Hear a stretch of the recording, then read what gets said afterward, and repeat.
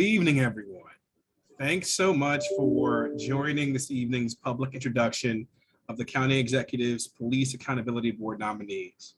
My name is David Sloan from the Office of the County Executive, and we're so thankful that you made time for this virtual conversation. Co-moderating tonight with me is Mr. Ryan Middleton, Special Assistant in the Office of the County Executive. Tonight, as always, in public forums, we have a thoughtful agenda. You'll learn and hear from the County Executive's nominees and have the opportunity to pose questions to them live via the Q&A chat at the bottom of your Zoom screen. You'll get a chance to hear from them, and while you're listening to them, please use that Q&A chat throughout, and we will line up questions when we get to the Q&A portion. We also have on hand John Erzin, Deputy Chief of Staff to the County Executive, Rhonda Weaver, County Attorney and the Director of our county's Office of Law, Ms. Marion Brewer, County Executive Appointments Liaison, and Mr. Barry Stanton, Deputy Chief Administrative Officer for Public Safety and Homeland Security, all here to help with our discussion. But first, how and why did we get here? Prince George's County is establishing a police accountability board to work with all law enforcement agencies in the county, to support the cultivation of healthy law enforcement engagement, and to improve police matters where necessary. The establishment of the PAB comes from the Police Accountability Act of 2021, passed by the Maryland General Assembly. In June 2022, the county also passed legislation creating an 11-member police accountability board, with 6 members being appointed by the county executive and 5 appointed by the county council. Tonight, you'll meet the county executive's nominees: Sheila Bryant, Kelvin Duvall, Lafayette Melton, Marsha Ridley, and Daniel Berginamy. The county executive has selected these nominees because they represent the diversity of our population and bring a solid cross-section of geographic representation to this board from north to south. This group also brings a wealth of experience in criminal investigations and procedures and is comprised of residents who have been involved with police and criminal justice reform, to include some former members of our Citizen Complaint Oversight Panel and some who were involved with the County Executive's Police Reform Task Force. These experiences, along with their knowledge of how to receive, investigate, and address citizen complaints, will allow this group to ensure that the process is handled in a fair and transparent manner and consistent with the spirit of police reform that has been enacted at the state and county levels. So all that said, there is still one remaining slot, and we're encouraging Prince Georgians of Latino descent to apply. Later, you'll hear about how you can actually do that. Now, I'd like to bring Ryan Middleton to our conversation, who will talk a little bit more about the county executive's Police Reform Task Force, and then he will start a series of framing questions for each of our nominees. Ryan? Thank you, David. Good evening. On July 3rd, 2020, in the wake of the murders of George Floyd, Breonna Taylor, and William Green, Prince George's County Executive Angela Alsop-Brooks established the Prince George's County Police Reform Work Group to conduct a comprehensive review of our police department aimed to making the department more transparent, provide new services to our residents, and help rebuild community trust. The work group was comprised of 23 individuals representing a diverse cross-section of leaders and stakeholders in our community. For 6 months, the work group met with public safety experts, educators, and advocates to examine the police department from the top down. In December 2020, the work group submitted its final report to the county executive with 50 recommendations across 5 subject areas, including community engagement, employee recruitment and retention, financial management, independent oversight, compliance and integrity, and internal policies and regulation. Of the 50 recommendations, the county executive adopted and implemented 46 reforms. Notable reforms include investments in violence prevention and intervention programming for students and restructuring police presence in schools, overhauling the county's crisis response system to ensure those experiencing mental health episodes are met by professionals trained to treat such incidents, public information dashboards to report crime data and police activity, enhanced comprehensive training programs for all PGPD staff, review of overtime data to determine opportunities to reduce costs, a new Office of Integrity and Compliance, where an Inspector General reports directly to the DCAO for Public Safety, hiring a Race and Gender Equity Director, streamlining the public complaint process, improve professional interactions between PGPD and the community through a more robust customer service campaign, and supporting a repeal of the Law Enforcement Officers' Bill of Rights. Now, these actions and more have helped Prince George's County build a more accountable, transparent, and professional police department. And while there's certainly more work to be done, this administration is proud to have helped continue the conversation for police reform in Maryland. Legislators and advocates who served on the Prince George's County Police Reform Work Group were instrumental in helping craft the statewide legislation passed by the Maryland General Assembly in April of 2021. It is this work that will make Prince George's County and Maryland as a whole national examples of positive consensus-based reform. Now, if you'd like to learn more about the Police Reform Work Group, all of its public meetings, presentations, and its final report are available on the Prince George's County government website, and you can track the progress of the adopted recommendations there as well. So for now, what we can do is we will throw it to our nominees for some brief introductory questions. We'll start with one question for each nominee to answer, and then we can go from there, starting with Ms. Sheila Bryant. So Ms. Bryant, are you ready? All right. Our first question is, why do you want to serve on the Police Accountability Board, and what skills or abilities will you bring to it?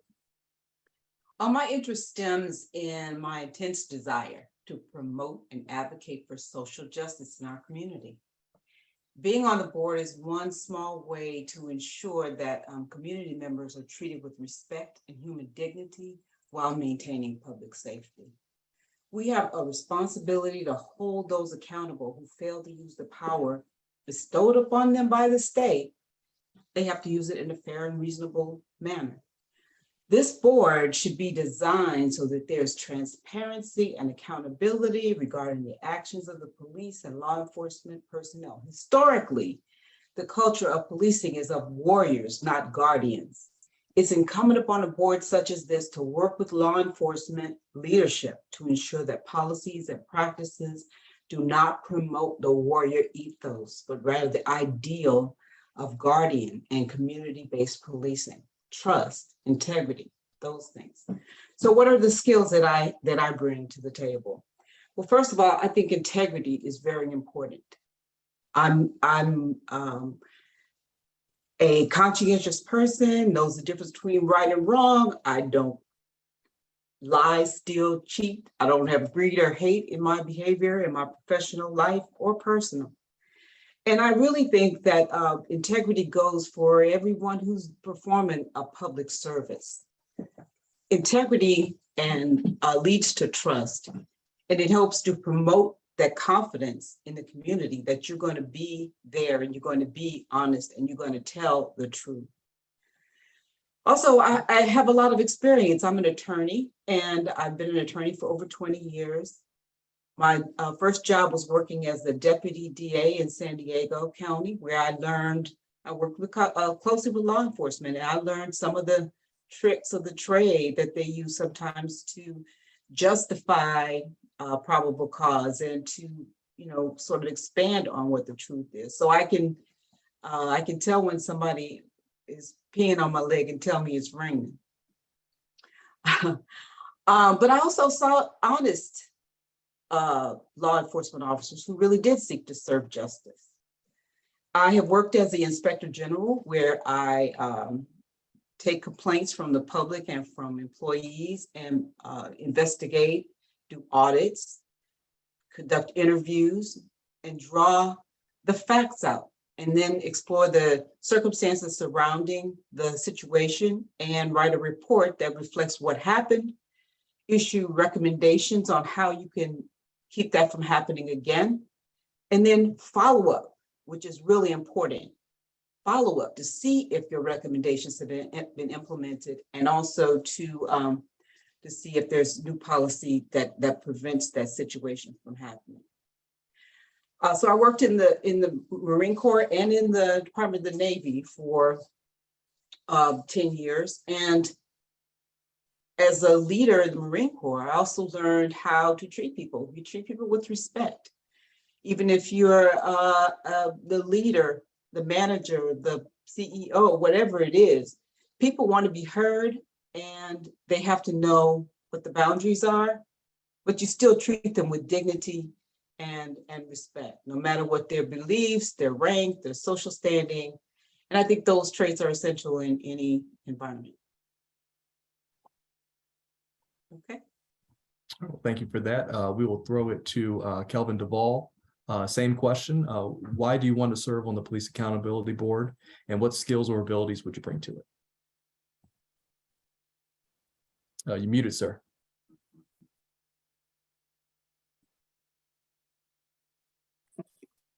Thank you, Ryan, and thank you for everyone who are participating. I believe that I'm qualified to be a member of the Police Accountability Board because I'm a resident that cares about Prince George's County. I want the police and the residents to work together. I want Prince George's County to be an example of how police accountability is supposed to look. That includes, as Sheila said, transparency and integrity. I had served on the former Citizens Complaint Oversight Panel. I was appointed to that in 2019. And then in 2020, I was appointed as the chairperson. And during that time, we had the COVID-19 pandemic that happened, and it had an impact on how we worked and performed our duties. The IT department and the police department worked together on a process that would allow the panel to continue to work in a virtual space. And so while serving as the chairperson, I made sure that the panel focused on catching up on a backlog of cases that happened due to the pandemic. We worked more than the scheduled time that was allotted. Sometimes we worked twice a week. It was 4 hours each day, and some of the panel members participated and worked on the weekends. I also made it a priority at that time to start using data to track trends that we may see, and that the data could be used to the police department for discipline and training purposes. Also, I am a community leader. I'm an HOA president, and I participate monthly with our community officer that is employed by Prince George's County.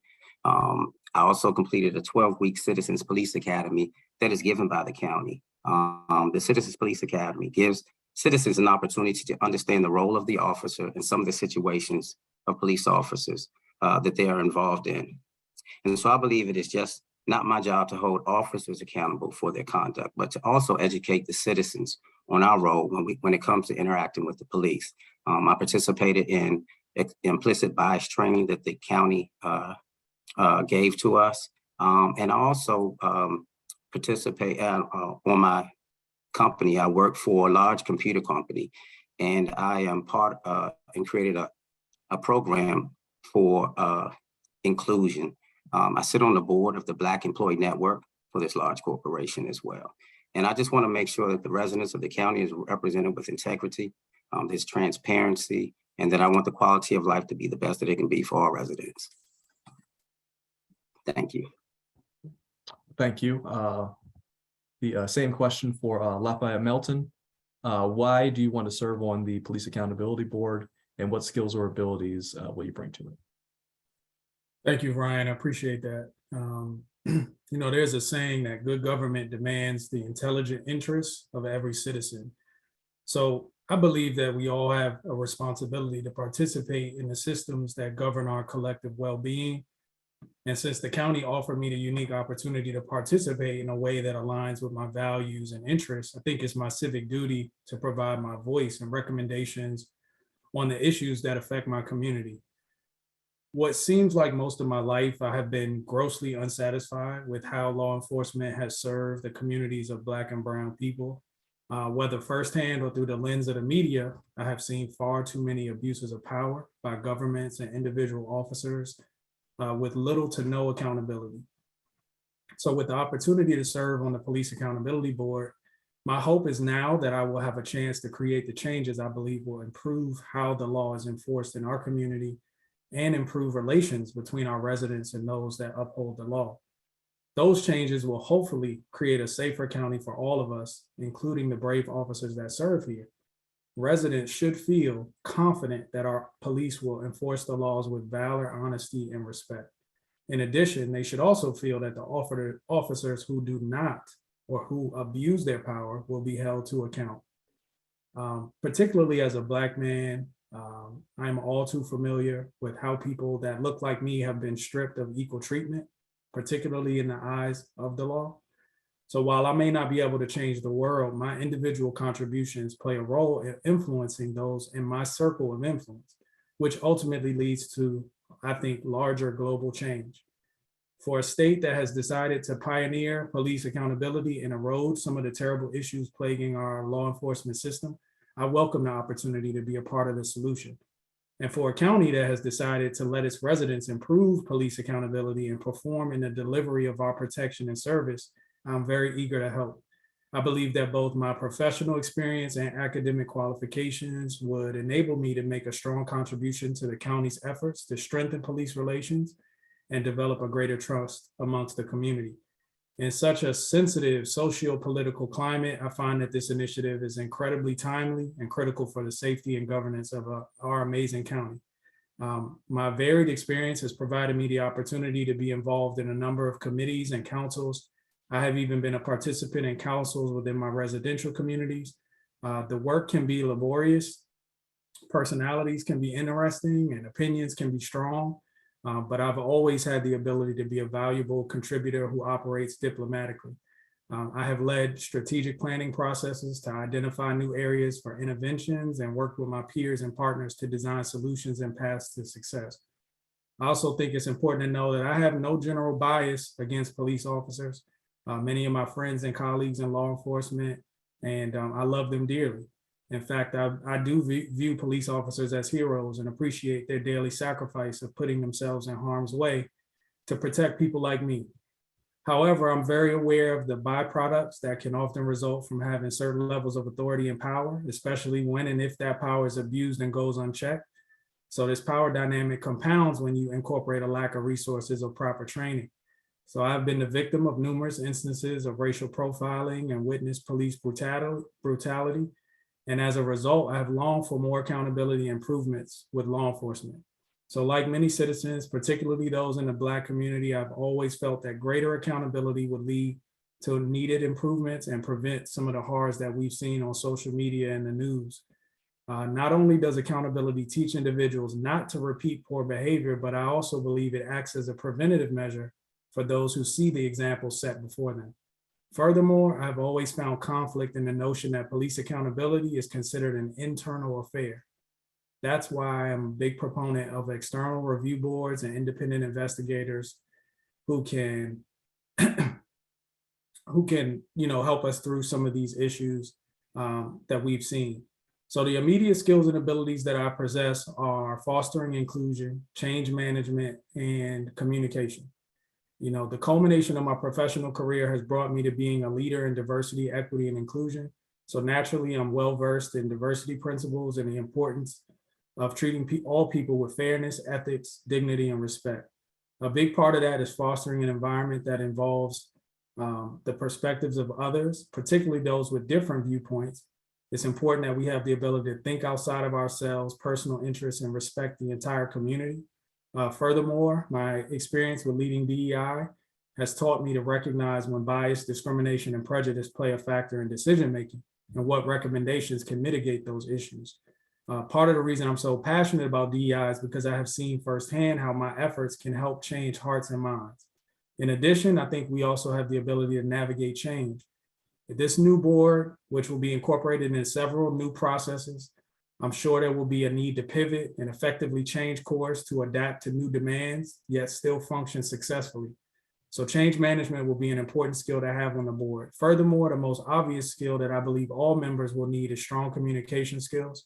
It will be imperative that we are able to have constructive dialogue, write effectively, and communicate to various parties through formal channels. My work with both federal, state, and nonprofit organizations has given me a lot of experience understanding the dynamics within public service. It has also afforded me the practical experience and exposure to the political, bureaucratic, and capacity challenges that accompany working for the general good of diverse populations who have different cultures and perspectives. Thank you, Mr. Melton. We'll take it to Ms. Marsha Ridley for the same question. Why do you want to serve on the Police Accountability Board, and what skills or abilities would you bring to it?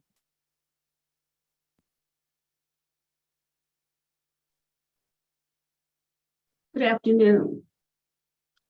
Having served as a member of the citizens on the Citizens Complaint Oversight Panel, I have hands-on experience serving as a commissioner, and I'm interested in continuing my service to the residents of Prince George's County through the Police Accountability Board.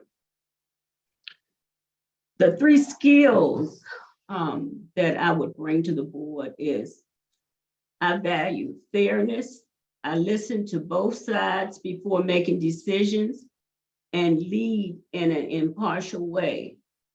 Hearing the whole story allows the board to make decisions that are fair and just. Second, I bring lived experience to the position, having heard citizens' complaints and worked with other commissioners to address those complaints. I believe that experience working with citizens will be helpful in this new role.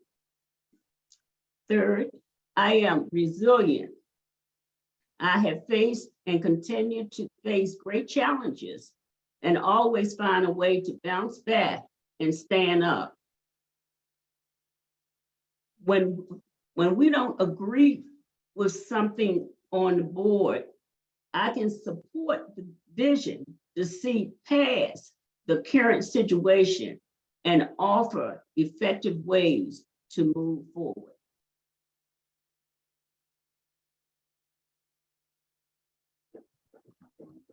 Thank you, Ms. Ridley. We will now take it to Daniel Bergamini, same question. Why do you want to serve on the Police Accountability Board, and what skills or abilities would you bring to it? Thank you. Good evening. I have sort of a continuing interest and a long-standing commitment to working in my community, to volunteering in my community. I've lived in Prince George's County now for about 7 years. I like it here. I want to see it do well. I think it's important to look at justice issues as part of probably the key piece of living well for everyone in your community. I've been working for federal government in various offices of inspectors general for about 15 years in different ones, looking at program oversight, looking at anti-corruption issues. My second master's program was focused on international anti-corruption studies. I worked for 7 years at the Special Inspector General for Afghanistan Reconstruction, where we dealt with law enforcement there, police services, the corruption issues. And it's important to understand corruption is not just fraud or money or transferring funds or bribery. It's a spectrum of practices. And so I mentioned that to say that the focus that I have is looking on programmatic oversight and looking at anti-corruption issues, but I focused on police oversight in my studies. I also have that in practical terms, looking at programs for the U.S. government in terms of efficiencies, effectiveness, looking at policies, looking at practices, how are things put in place. So I have experience, I have training, I have education. I spent the last 3 years working with Marcia and Kelvin on the Citizens Complaint Oversight Panel, examining Prince George's County's police departments, internal affairs, and the charges and the findings that were there. I feel I have an unbiased approach to evaluate evidence, to weigh the key issues, and to look at fact-based findings to improve the processes and practices. I think asking the right questions is important, and I think I'm pretty good at that. So when it all kind of wraps up together, I got to say also that hearing everybody's background and everything was really impressive, and I look forward, hopefully, if we're confirmed, to working with these folks, because wow. So anyway, thank you. That's kind of where I'm coming from. Thank you, sir. We'll now move on to our second question. And we'll start with Ms. Sheila Bryan again. What do you see as the primary role of the Police Accountability Board? Trying to unmute there. The primary role. Okay, so I see the Police Accountability Board as sort of the nexus between the community and the police, law enforcement leadership. And in other words, being able to take complaints and see them and view them in the same manner with the same facts that the police have, so that we can evaluate, analyze the whole set of circumstances, listening to both sides, and form a consensus about what it is that happened and how it should be addressed. And sometimes I'm sure there will be complaints made that are not founded, and sometimes there will probably be attempts to cover up misbehavior. So I think our job is to try to pull all that in, ask the right questions, look at all the facts, and discuss it, and then create a valuable and productive response to whatever it was that happened, so that the law enforcement leadership will understand how the community sees it and also be able to respond. So I think that clearly we need to develop trust and integrity, transparency. That is probably the key to many of the issues that communities face is the lack of transparency. They might hear something through the grapevine, but not know what the reality is. And I think this board will be able to, see that we do need data-driven analytics so that it's published, that it's out there, that people can know what really happened and not have to second guess and not have to distrust and have a negative impression of law enforcement. So our job is the communication part, and to make sure that there is oversight, hold people accountable. Like I said earlier, once a recommendation is given, what happened to it, and make sure that there's some accountability in terms of if somebody deserves some kind of punitive action, that is taken, that it's not just ignored by leadership. So I think that's our role. Thank you. Same question to Mr. Duvall. What do you see as the primary role of the Police Accountability Board? Thank you again. The primary role of the Police Accountability Board to me is to review all of the data and all of the input from the investigation, to make sure that the investigation is thorough and, most importantly, accurate, to weigh the evidence for each individual case, to make sure that we're not biased one way or the other, but to make sure that the facts of each complaint that is lodged against a police officer is valid, and that the investigation is very thorough, and to follow up, to ask plenty questions, and to make sure that we get it right each and every time, to represent the citizens, like it's being said a lot, to be transparent, but with high integrity. And to me, it's to take your oath very, very serious. Thank you. Thank you, sir. We'll take it to Mr. Melton. What do you see as the primary role of the Police Accountability Board?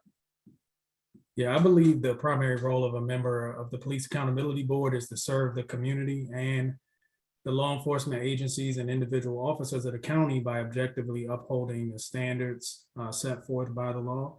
And to that end, each member must be committed to learning the applicable laws and being an engaged counterpart to the proceedings that are required for each person in their role.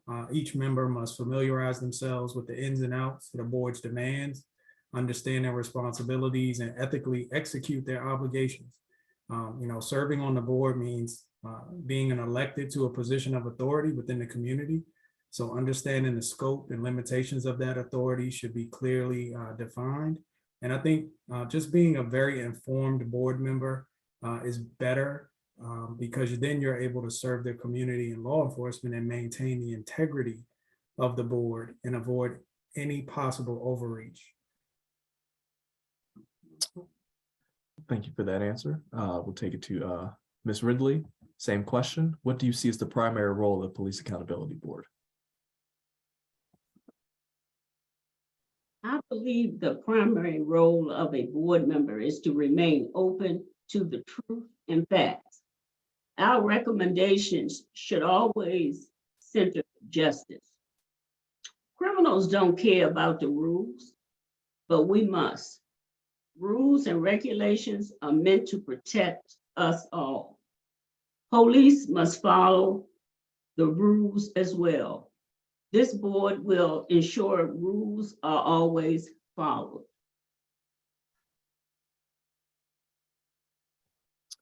Thank you, Ms. Ridley. Mr. Vergamini, same question. What do you see as the primary role of the Police Accountability Board? So the Police Accountability Board is one of two, it's actually one of three main bodies that's been created. There's the charging committee, and then there's the I forget the name of it, the appeal section where they have a judge, and then the Police Accountability Board. Really, the function is to look at the processes and look at, to be able to review facts, evidence, processes, and ascertain opportunities for improvement and accountability. The transparency that needs to be created or needs to be increased, I think would improve local law enforcement. The nice part is that it's spreading it throughout the whole county now, instead of just one police department or each police department having a different function. The PAB is really going to be able to look at trends and look at issues across the county, which I think is important, and be able to create some trends or patterns and evaluate some practices that are taking place to improve it for everybody. So I think it's to reduce negative interactions between the police and the public, to increase safety for people, and basically to hold the law enforcement accountable, but more importantly to make things safer for everybody. Thank you very much. Before we get to the third question, I did want to make sure everyone was aware that our chat feed is now open. So you please type in your question and where you're from, also your name as well, just so we can know who we're talking to. And then we will do our best to get to every question that we can. Thank you so much. So for our third and final question of this introductory round, we'll take it back to Ms. Sheila Bryant. What does police accountability look like to you? Thanks for that question. So, look, law enforcement personnel are empowered by the state to use force, sometimes deadly force, in their everyday job performance. They have an obligation to use that with restraint and appropriately, so as the mission is not to go out and be a warrior, but to be a guardian, to protect and to serve. Accountability means when they exceed those boundaries, there should be consequences. And if the processes are not in place to ensure that that action is not defined clearly, then we need to change the policies and the procedures, working with leadership and law enforcement to make sure that appropriate boundaries are in place. So anytime somebody is injured or, God forbid, killed or abused, the public should also be made aware of what the circumstances are, because sometimes there are things that you didn't see on that body cam. Sometimes the police were completely in the right in doing whatever behavior that they took.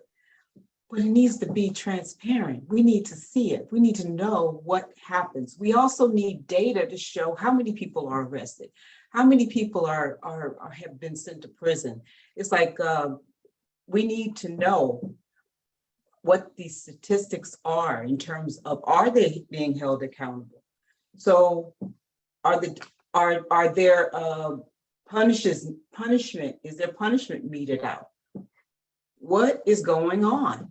We need to know. We need to be able to trust the police and give respect and dignity to the citizens. That's what the police have to do. That's what they're charged with doing, not just taking the gun and telling people what to do. There needs to be more police accountability in terms of community policing and getting to know the people who they interact with. Thank you, Ms. Bryant. Same question to Mr. Duvall. What does police accountability look like to you? Police accountability is, to me, to hold each officer to the standard, to their training that they are receiving, to also provide oversight for each allegation that is a complaint that is lodged against any particular officer, any officer that is involved with excessive force or anything like that. I think that it needs to be made sure that each investigation is accurate, to go back and ask questions, but to most importantly, to represent the citizen and to make sure that their side is heard and that everything is done fair and justly. Thank you. Thank you, sir. Mr. Raphael Melton, same question. What does police accountability look like to you? Police accountability is the combined efforts to ensure law enforcement agencies and individual officers act in a responsible and legal manner while upholding the law and serving the public. This expectation is further accompanied by the expectation that all citizens be treated equally under the law. So, any systems that help assure police accountability include the regulations, standards, reviews, and processes for safe and healthy coexistence within the community. Oftentimes police have been protected in many places by a system controlled by their own agencies and police unions, and law enforcement officers have been shielded from consequences and allowed to stay on the job despite documented misconduct or rarely facing criminal charges, and often are rehired in different jurisdictions if they were terminated. So the widespread failure to address misconduct has rightfully broken trust between law enforcement and the public, leaving communities both over-policed and perhaps even underprotected. So combating potential biases or even racism that's woven into the system demands that the immediate adoption of concrete and systemic reforms that will reset our priorities in law enforcement practices, while also advancing police reforms that have deteriorated. So police accountability first involves an objective and impartial review of the standards and policies that govern police conduct and behavior. And by establishing equitable standards that serve both the community and the officers, both parties can then have confidence in the expectations that are set forth. It must also include transparency. By ensuring that all the information is available, appropriate judgments can then be levied, knowing that all the facts were presented for review. Also, there must be an ability to implement swift and strong consequences if there's ever codes of silence and zero tolerance for dishonesty that serves to shield those who commit misconduct. So again, consequences must be proportionately applicable to the offense, and not only to discourage future offenses, but to discourage others from committing the same behaviors. Thank you, sir. We'll take it to Ms. Ridley, same question. What does police accountability look like to you? Police accountability is a two-way street. We should protect our officers against false claims and go to bat for them when warranted. We should take the time to highlight officers who do the right thing.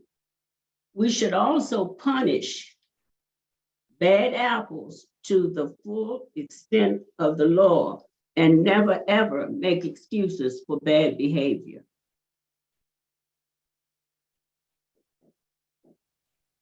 Well, thank you for that. Mr. Bergamini, same question. What does police accountability look like to you? Is it cheating if I just say that I want to ditto Mr. Melton's response? I don't think so. I thought that was a fantastic response. So it really explained it well. To me, police accountability looks like transparent actions and fairly applied practices of law enforcement. It has to do with the organizations, it has to do with the policies, the staff, and all of that is critical and really only held in check by accountability. Typically with law enforcement, what I've seen and what we often see is that it's not truly held accountable. When I say it, law enforcement personnel are not truly held accountable unless it tends to be by an outside body. It tends to be by an unbiased outside party that is able to reach in with the facts, have access that is unfettered, and be able to examine things and have findings that are meaningful. So this includes ensuring the actions of the police officers and departments overall are answerable to the public that they serve. And really that's the goal. is to have fairness on and justice on both sides of the aisle there.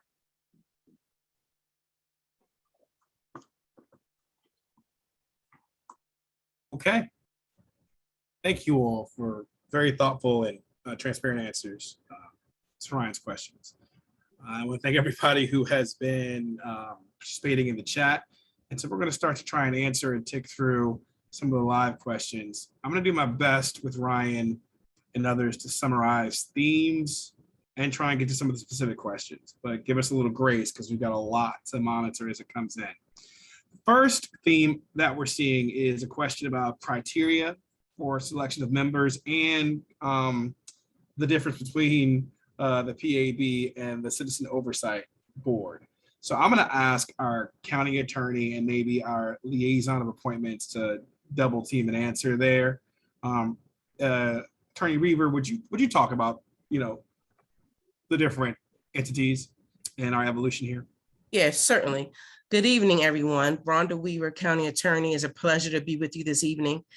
When the state law passed and created the Police Accountability Board and the Administrative Charging Committee, the Citizen Oversight Panel was dissolved because basically under the state law, which we had to follow, we felt that those two newly created boards, as mandated by the state, pretty much took over the responsibilities and more and gave more powers to these two newly created bills.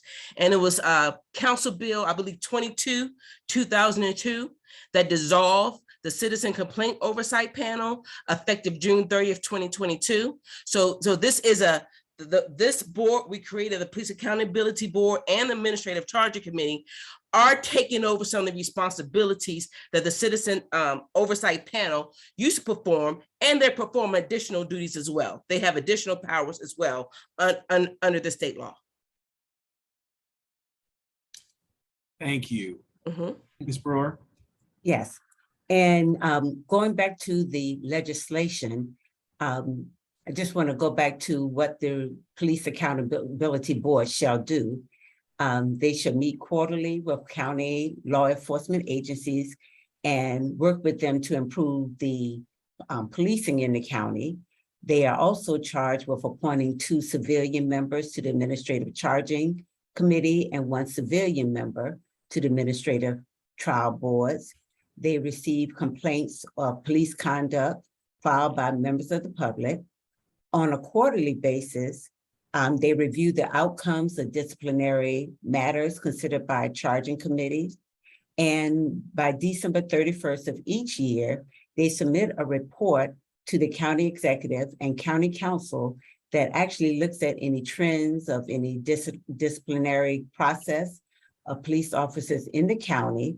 And they are charged with making recommendations on changes to policy that would improve police accountability in the county. Now, the 5 members that are being nominated by the county executive and the Police Accountability Board as a whole, what we were looking for, those who are not eligible, so that's what I'm going to focus on, those who are not eligible would be those individuals, if you were an active police or law enforcement officer, employee of Prince George's County government, employee of the Office of the Sheriff of Prince George's County, an employee of municipality located within Prince George's County, an employee of Maryland State government. You are not eligible if you were elected and an elected official or candidate for political office within county government, state government, or municipality within Prince George's County, or a former police officer on the do not call list of the state's attorney.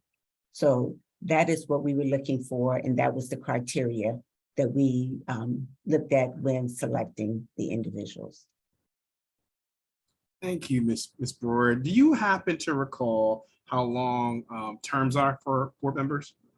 They actually staggered 3 years, then 2 years, then 1, and individuals can be reappointed, but we don't want everyone to rotate off of the board at the same time.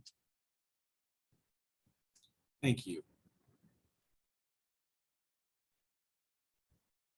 Okay, we'll take it back to our candidates here. We have another question. What cultural shift with police officers and communities do you feel need to happen to uphold an accountability mindset? And we will go again in the same order as before and start with Ms. Bryant. I think more interaction between the community and the police, law enforcement is really the thing, because Ms. as it Bryant, stands- Ms. Bryant, we're having a little trouble hearing you, ma'am. are you still, can you hear me now? There you go. There you go. Okay. So what I was saying was that one of the most important aspects of that is to establish trust. So that means more community law enforcement interaction, and not just when it's an emergency or a crime situation.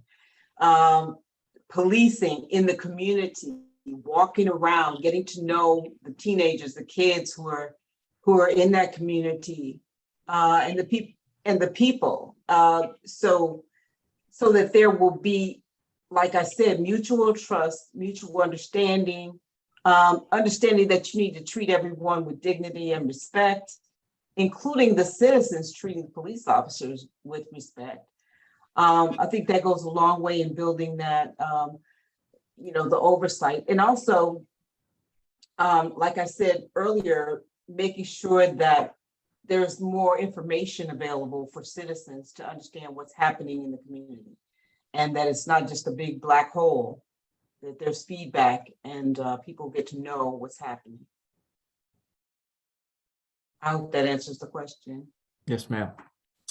Thank you for that. Same question posed to Mr. Duvall. What cultural shift with police officers and communities do you feel need to happen to uphold an accountability mindset? So I believe that one, we need to go back to when I grew up, we had what we called officer friendly. We knew that there were police officers in the school. The kids became familiar with those police officers that patrolled the areas in which they lived. I think that that's an avenue that we need to explore to help kids not just learn academics, but also learn the duties of the police department and a police officer, but also their duties as citizens. Not just in the county, but just citizens overall. I also think that there needs to be more in community engagement, like the National Night Out. I think that Prince George's County should do something within ourselves to promote interaction between the community and the citizens as well, and also to promote the Citizens Police Academy a little more. I think that that's a great program and a great opportunity for citizens to understand some situations that police officers are in. I participated in the shoot, don't shoot training. And you always think that it's so easy, or why can't they just aim here, do this? Why do they have to shoot? But once you go through a situation like that, and it's not even real simulated, you'll have an understanding. So I think it's very important for the police officers to get back out into the community, to actually patrol the community. I've made a great relationship with our cops officer in our community, but I think that each police district needs to make a concerted effort to get out into the community. Same question to Mr. Melton. What cultural shift with police officers and in communities do you feel need to happen to uphold an accountability mindset? Yeah, I'm also a proponent of community policing. Both of the preceding candidates talked quite a bit about that, so I won't talk about that too much. But I think another area that could contribute a lot to a cultural shift is creating more confidence and validity in the training that police actually have to go through. And I know that there's quite a bit of interaction that's beneficial to see people in person. But I think the world has changed, and I think social media is one of the avenues that a lot of people create a lot more engagement. So to the degree that communications can be improved with police in the community through social media or those type of channels, I think there's a lot that can be communicated in those ways about our new culture of accountability. I think creating examples of training improvements and enhancements, showing the intelligence of officers and the protocols that might be put in place, and constantly having a regimented approach to creating transparency about any enhancements or updates that are happening as it relates to accountability, I think will give people more information so that they can make their own judgments about how things are changing or shifting. All right, thank you, sir. Take it to Ms. Ridley. Same question. What cultural shift with police officers and in communities do you feel need to happen to uphold an accountability mindset? Well, I think when we have our homeowners association meetings, we should always invite the police officers who is responsible for that area. And also, the police officers actually need to come to our neighborhoods, not driving their cars, but get out of their cars and walk and talk to the people outside, not necessarily go knock on their doors, but people are always outside walking, and disengage the community. So we would know who our police officers are actually. And participate in the barbecues or parties or baby showers in the neighborhood. But they really, really need to come out and just try to engage the residents in the neighborhood.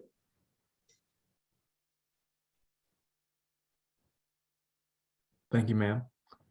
Same question to Mr. Bergamini. What cultural shift with police officers and in communities do you feel need to happen to uphold an accountability mindset? So community policing is not new. It's been around since policing has been around. It's taken different forms. If you look at just the recent last 40 years or so, in the 80s, the community-oriented policing was big. And then in the 90s, you had problem-oriented policing. In the 2000s, up in New York, you had a lot of stop and frisk, which was kind of manipulated quite a bit by the department. And that turned out to be a terrible application of a decent idea. The challenge that you have in many ways is you look across things. I don't disagree with anything that anybody has said thus far. You do need community engagement, and you do need that. One of the challenges that I think is with local law enforcement or any law enforcement at the local level is how they measure success and how they measure and hold individuals accountable for the jobs that they're supposed to be doing. So how do you, for example, tell a police officer they're doing a good job? How do you do? Are they just counting things? So CompuStat, for example, up in New York, is a system of how they keep track of statistics. It's a terrible application for a great idea. And what happens is that you wind up counting things, you wind up counting arrests, you wind up measuring things by how many arrests get made and how many people spend in jail and how many fines are collected, instead of evaluating the impact of the community and instead of evaluating other things that are much more qualitative, that are much more difficult to measure, but that affect a community and the law enforcement much, much more. When you're measuring something by just counting it, it's really sort of a childish measure.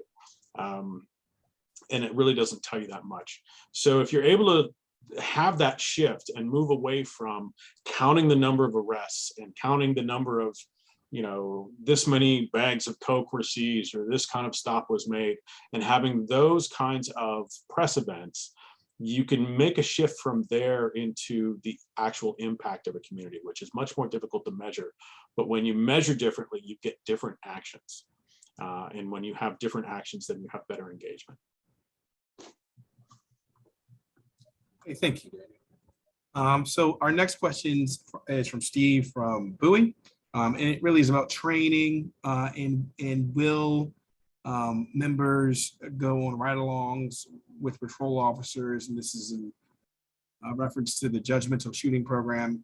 Mr. Stanton, I'm going to pose that to you, and then Mr. Erzen, we're going to switch to a question that we saw about the effort to apply and some of the members who are on the CCOP who are now part of the PAP or nominees for.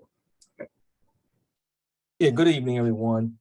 State law did not require that the PAB members record training through state law process.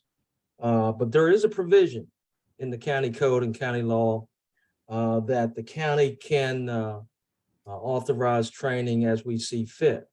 Now, the way we interpret that is that, you know, when the PAB board is sworn in and take their required positions, we sort of see the PAB board deciding what they think as a group, the kind of training they would need from the police agencies. The way I see it, any training that the PAB requires that they think they need, we will honor that as a group, not just state training, but also county training. If they want to go to any training courses in the police departments or any police department in the county, we will honor that request and we will make that happen.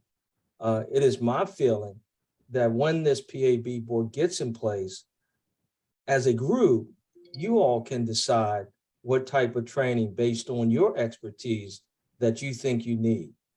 There's been talk about going to professional conferences around the country, looking at policies, those kind of things. So at the end of the day, our position from the county is that we're open, not only meeting the state requirement, I think it's 40 hours at this point, but not only meeting the state requirements of different training that the state's going to provide, but from the county's perspective, we're open to any type of training that you want to participate in. Mr. Erzin, I think the question generally is, why does it seem like there is heavy membership on the PAB from the CCOP? Sure, It seemed like is the right way to say it. Go ahead. Sure, thank you, David, and thank you to those who have asked that question. So I think when you look at it, obviously we have 5 members, 5 potential members here tonight. 3 of those members have served on the CCOP and 2 have not. As I believe everyone is aware, the way that the law is set up and what was ultimately passed by the county council, the county executive ultimately will nominate 6 people to be confirmed by the county council, and the county council will nominate 5, and that's how we'll get to our 11. So we do have 1 additional nominee that we will eventually have to get to our 6. So when we have that, we believe that the way that will go is that 3 of the 6 will ultimately have had experience on the CCOP. And we do believe that experience is very valuable. They will have had opportunities to participate in the types of work that they're going to be participating in as part of the PAB, and that is certainly valuable experience to have. But certainly the other 3 members who will not have had that experience will bring different experiences in. And we think it's very important to have both what I would refer to as institutional knowledge and institutional memory, but while also bringing new perspectives and new experience to the process. So that has certainly factored into our thinking as we have put these potential nominees forward. But just to be clear on the numbers, right now it is 3 of the 5, and we expect that it will be ultimately 3 of the 6 when we get our 6th nominee that we're ultimately able to send to the county council. Thank you, Mr. Erzin, and thank you, Mr. Stanton, for the earlier response. And the next question are for our panelists. How long have you all been residents of the county? And I'll just add to that, aside from your residence tenure, any other ties you want to state to the county would be great for the record as well, if you want to. We'll start with Ms. Bryant. I moved here in 2008 to accept a position at the Navy Yard. My son went to high school here, and he had several encounters with Prince George's County Police while he was here. So I've been around for a while. Mr. Duvall. I've been a Prince George's County resident, proud Prince George's County resident for 10 years. But before moving to the county, I've coached basketball in the county for an additional 10 years too. And so I was involved in the community long before I moved into the county. Mr. Miller. I am a 36-year veteran living in the county. I am also someone who has lived in multiple cities throughout the county, as north as Greenbelt, Central and Capitol Heights, and as south as Upper Marlboro, amongst other places. I also, like Mr. Duvall, have been a very avid youth coach, coaching youth basketball. And I graduated from Eleanor Roosevelt High School, and also went to middle school and elementary school in the county as well. Ms. Ridley. We moved to the county in February 1999. Thank you, ma'am. Mr. Bergamini. So I moved out from the left coast. I grew up in Oregon until 2000. I moved out here and took up residence in DC actually. And then my wife and I moved out to Prince George's County in 2015. And we've been here since. Fantastic. Okay. Our next question. I think earlier in the chat, I saw a question that referred to the teeth of the PAB and subpoena power or lack thereof, and its impact and just the strength of what this entity will provide. County Attorney Weaver, could you help with, or I guess, answer in your opinion? I will state for the record that the PAB, for matter of policy, meets the intersection of a lot of work being done transparently across the state, influenced by kind of a national progress towards transparency and a local effort here through our law enforcement reform task force. The visibility of this entity itself, I think, gives it teeth and credibility. But County Attorney Weaver, would you mind? I didn't say that, you did, okay? Would you mind expounding, if you will? Sure, absolutely. So there is, in our county law, there is subpoena power for the Police Accountability Board, but you have to keep it in perspective. Because remember, the initial investigation of a case of police misconduct is first investigated by the law enforcement agency, then it goes to the Administrative Charging Committee, and that committee gives a recommendation on discipline. The PAB has a wider view than that. So they're looking at all the law enforcement agencies' disciplines on a quarterly basis, and they're looking at as they need to, any particular evidence they want to look at for any case they want to look at. So they're looking at, it's kind of like they're doing it after the fact, but they're kind of coming as in my words, like another check to make sure these kind of matters are being handled appropriately. And then any concerns they see, they make recommendations to the governing body, which in this case, I'm referring to the county executive and the county council, about trends they are seeing and recommendations they have to make it better. So they really have a broader policy role, but in looking at the discipline outcomes that have already happened, they do have subpoena power as set out in our county law. It's not the state law, it's in the county law. If they have to they want to talk to witnesses, and they have the right to see the investigatory files when the investigations are over. And I think it's a period of time when they have to be provided with that information. So they're really coming and doing a review to make sure things are operating as the way they should be in accordance with the state law and the county law. So I hope that answered the question. Thank you, ma'am. The next theme of questions that we're seeing are about reaching the accountability board. So I'll pose it, and whomever on our staff side wants to take it, they can. How will citizens be able to reach members? How will they be able to maybe participate in meetings?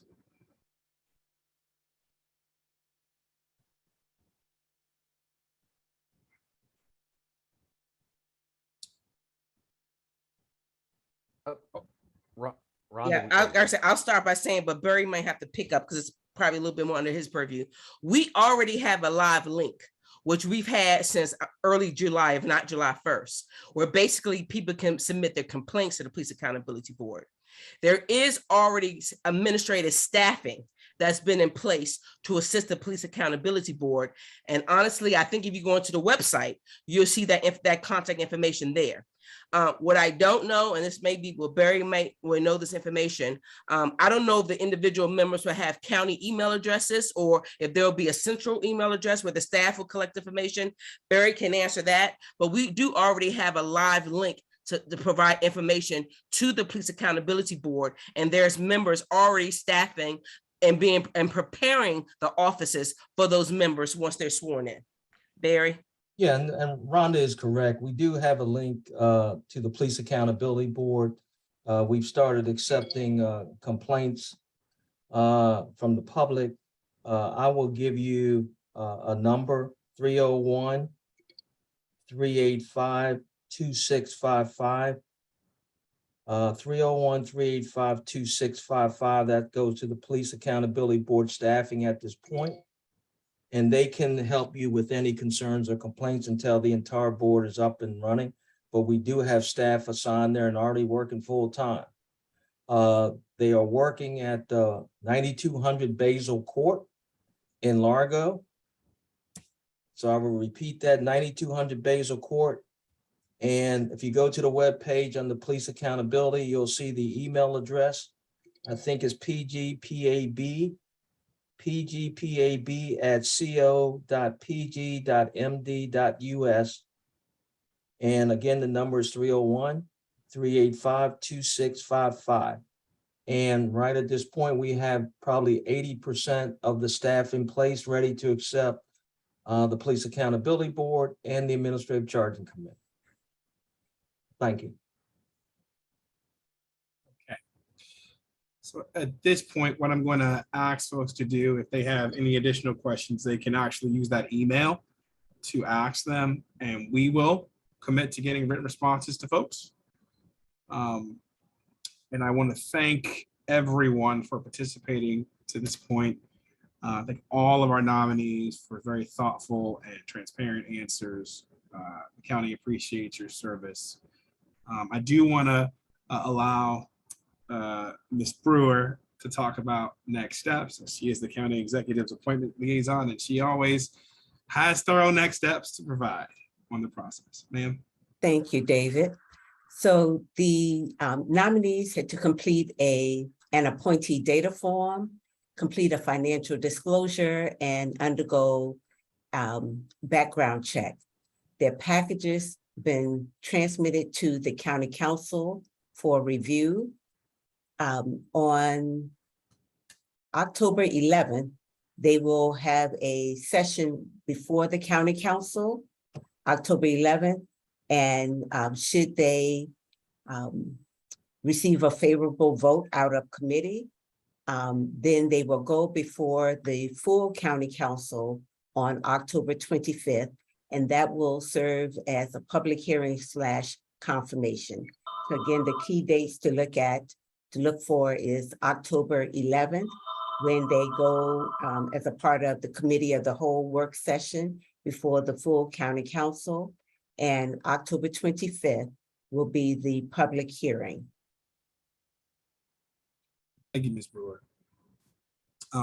So in closing, and I'll actually let our Deputy Chief of Staff close formally, but on behalf of everyone here, we do thank you for your time and getting on and participating in the evening when it was a beautiful day.